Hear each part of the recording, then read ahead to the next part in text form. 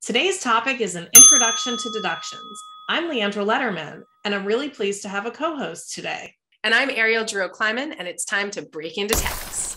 So we're just talking about individuals here today, and this is a visual overview of the topics that we're going to cover. Deductions play an important role in calculating a taxpayer's tax liability. How is a taxpayer's tax liability determined? Let's look at Code Section 1. Internal Revenue Code Section 1 is titled Tax Imposed. And what you see there is, regardless of the filing status of the taxpayer, the tax is imposed on the taxable income of the taxpayer. Taxable income is the tax base of the federal income tax. Here's an illustration of how to calculate an individual taxpayer's federal income tax liability. The tax rates are applied to taxable income to get to the taxpayer's tax liability.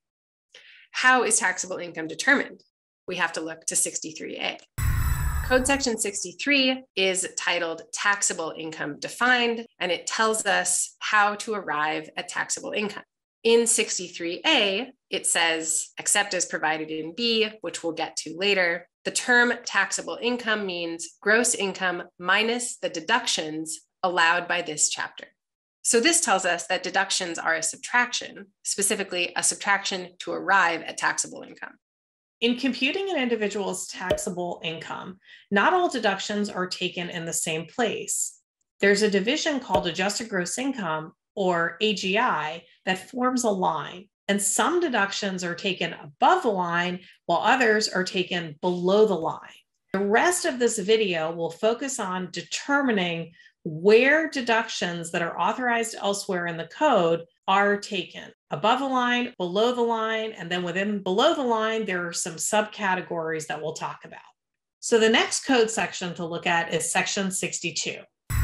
Code Section 62 defines adjusted gross income, and subsection A provides a general rule that for purposes of this subtitle of the Internal Revenue Code, the term adjusted gross income means, in the case of an individual, it only applies to individuals, gross income minus the following deductions.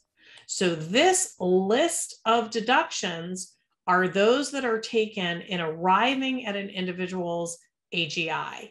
And that means that these deductions are the deductions taken above the line, or the so-called above the line deductions. If a deduction is not an above the line deduction, that means it's a below the line deduction. Below the line deductions are those that are taken after computing adjusted gross income. We'll see as we go through this video that deductions that are taken above the line are privileged. Every individual taxpayer can claim them. The ones that are below the line often face cutbacks. Some of those cutbacks are based on a percentage of AGI. When thinking about below the line deductions, one aspect of them is that taxpayers have to decide whether to itemize their deductions or take the standard deduction.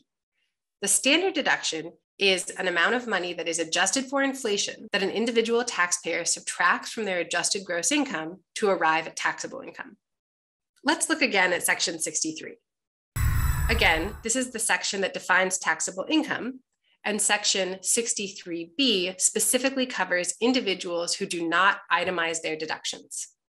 If an individual does not elect to itemize their deductions, it tells us here that taxable income means adjusted gross income minus the standard deduction and these various other deductions.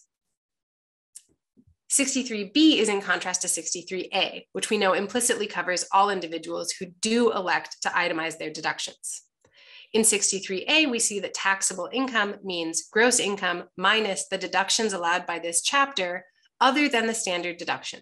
So that tells us that individuals who elect to itemize their deductions can take all deductions allowed by this chapter, but they cannot take the standard deduction. So what this means is each year, a taxpayer makes a decision about whether to elect to itemize, comparing the standard deduction to the taxpayer's itemized deductions and choosing whichever is larger.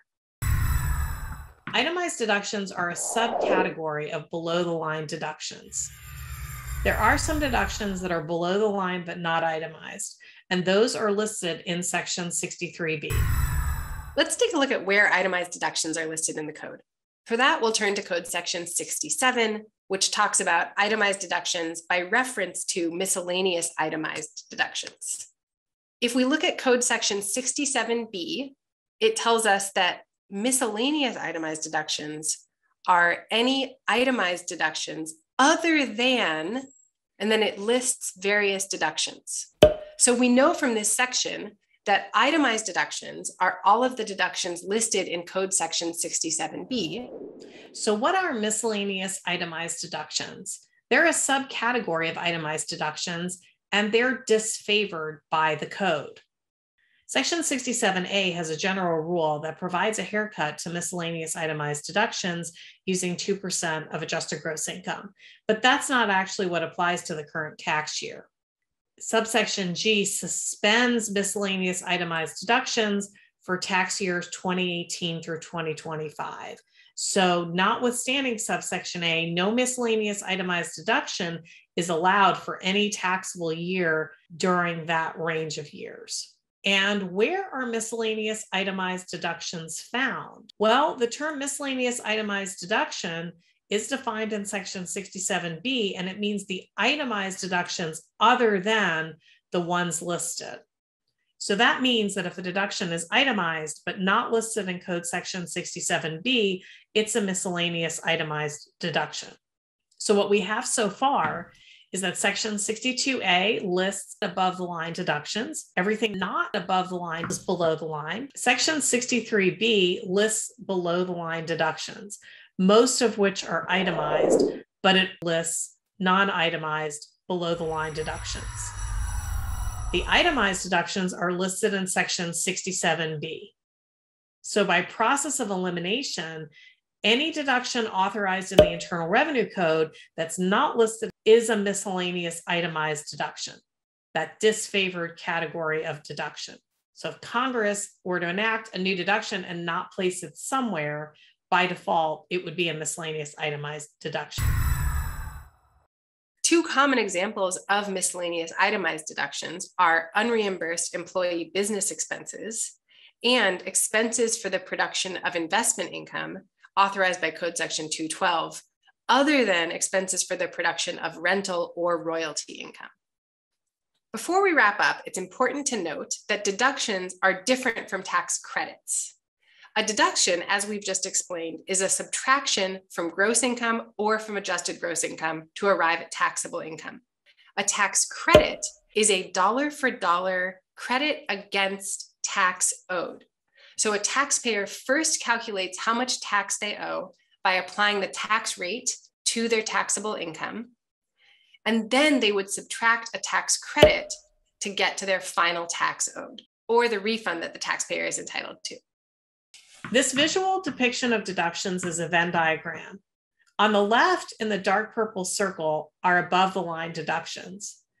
The dark purple circle on the right is completely separate. Those are below the line deductions.